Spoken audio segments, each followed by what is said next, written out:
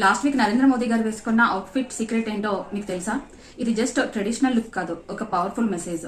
Usually Modi గారు kurta and jacket లో కనిపిస్తుంటారు, కానీ ఆ రోజు మాత్రం కంప్లీట్ గా బెంగాల్ ట్రెడిషనల్ లుక్ లో వచ్చారు.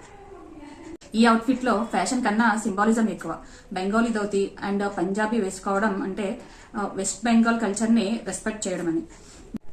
మోదీ స్టైలింగ్ లో ఒక ఇంట్రెస్టింగ్ థింగ్ ఉంది. అదేంటంటే ఆయన క్లోత్స్ ని ఫ్యాషన్ లా కాకుండా కమ్యూనికేషన్ లాగా యూజ్ చేస్తారు. రీజియన్ బట్టి అవుట్ఫిట్ ని చేంజ్ చేస్తూ ఉంటారు. కల్చర్ తో కనెక్ట్ అవడానికి ట్రై చేస్తూ ఉంటారు. అందుకే ఈ లుక్ సింపుల్ గా ఉన్న ఇంపాక్ట్ చాలా ఎక్కువగా క్రియేట్ చేస్తుందండి. ఎక్కువ హెవీ ఫ్యాషన్ కాకపోయినా, ఫ్లాషీ స్టైలింగ్ కాకపోయినా ఇదొక ఐడెంటిటీని క్రియేట్ చేస్తుంది. దీని నుంచి మనం అందరం తెలుసుకోవాల్సిన బిగ్గెస్ట్ ఫ్యాషన్ లెసన్ ఏంటో తెలుసా? ట్రూ స్టైలింగ్ అంటే ట్రెండ్స్ కాదండి, మనం మన రూట్స్ ని రిప్రజెంట్ చేయడం.